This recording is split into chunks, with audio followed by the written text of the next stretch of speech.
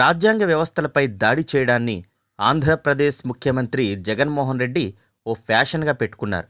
కొన్ని రోజులుగా ఆయన తానే సర్వం అన్నట్లుగా వ్యవహరిస్తున్నారు. హైకోర్టు తీర్పులను పట్టించుకోవడం లేదు. రాష్ట్ర ఎన్నికల సంఘం అధికారాలను ప్రశ్నిస్తున్నారు. ఇలాంటి పరిస్థితుల్లో మరో రాజ్యాంగ వ్యవస్థపై ఆయన దాడి చేయడం ప్రారంభించారు. నిజానికి ఈ దాడి చాలా రోజుల నుంచి చేస్తున్నారు. కానీ ఇప్పుడు మరోసారి బయటకు వచ్చింది. ఆంధ్రప్రదేశ్ రాష్ట్ర ఎన్నికల కమిషనర్ తనకు బెదిరింపులు వస్తున్నాయంటూ నేరుగా కేంద్ర హోంశాఖకు రాసిన లేఖ కలకలం రేపుతుండగానే మరో రాజ్యాంగబద్ధంగా స్వతంత్ర ప్రతిపత్తి సంస్థ ఏపీపీఎస్సీ చైర్మన్ కూడా అదే తరహా లేఖను గవర్నర్కు రాశారు. ఏపీపీఎస్సీ చైర్మన్ ఉదయ్ భాస్కర్ ప్రస్తుత ప్రభుత్వం తనను తీవ్రంగా వేధిస్తోందని 3 పేజీల లేఖలో తన ఆవేదన అంతా వెళ్లబోసుకున్నారు. తనకు కనీసం అటెండర్ను కూడా ఇవ్వలేదని, తాను చేయాల్సిన పనులన్నింటినీ సెక్రటరీతో చేయిస్తున్నారని గవర్నర్కు వివరించారు.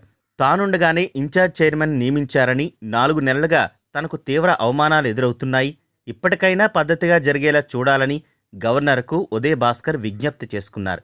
నిజానికి కొత్త ప్రభుత్వం ఏర్పడినప్పటి నుండి ఉదయ్ భాస్కర్ను ప్రభుత్వం పట్టించుకోకుండా ఏపీపీఎస్సీ కార్యకలాపాలన్నింటినీ ఇతరులతో నిర్వహించేలా ఏర్పాట్లు చేసుకుంది.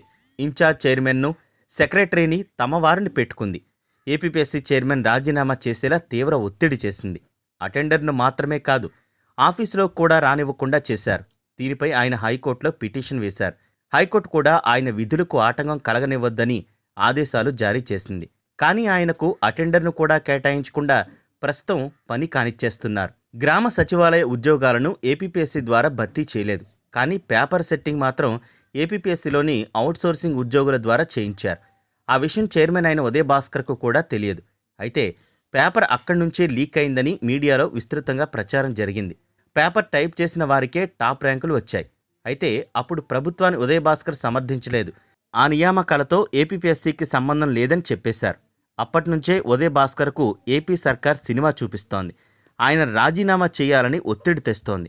అయితే ఉదయ్ భాస్కర్ మాత్రం వైదొలిగేందుకు సిద్ధంగా లేరు. ఏపీపీఎస్సీ చైర్మన్ పోస్టు కూడా రాజ్యాంగబద్ధమైన పోస్టు. ఇలాంటి రాజ్యాంగపరమైన పోస్టుల్లో ఉన్నవారిని ప్రభుత్వం ఇష్టారీతిన తొలగించడానికి కుదరదు. వీరిని గవర్నర్ నియమిస్తారు. కొన్ని నియమ నిబంధనల ప్రకారం వీరి నియామకం, తొలగింపు ఉంటుంది. తొలగింపు దాదాపుగా అసాధ్యమన్న అభిప్రాయం ఉంది.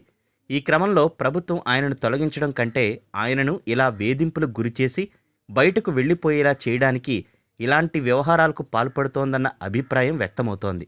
రాష్ట్ర ప్రభుత్వ వేధింపులు, హెచ్చరికలు పెరిగిపోతున్నాయన్న ఆరోపణలు వెల్లువెత్తుతున్న తరుణంలో మరో రాజ్యాంగబద్ధమైన సంస్థ చైర్మన్ గవర్నర్కు లేఖ రాయడం సంచలనం సృష్టిస్తోంది. ఇలా రాజ్యాంగ వ్యవస్థలపై ఏపీ సర్కార్ దాడి చేయడానికి కారణం ఏమిటన్నది ఎవరికీ అంతుబట్టకుండా ఉంది. ఎంత మెజారిటీ ఉన్నా ప్రభుత్వం ప్రభుత్వమే, రాజ్యాంగం రాజ్యాంగమే. కానీ భారీ మెజారిటీ ఉంది కాబట్టి రాజ్యాంగాన్ని కూడా లెక్క చేయమనే పద్ధతిలో ప్రస్తుత ఏపీ సర్కార్ వెళ్తోంది.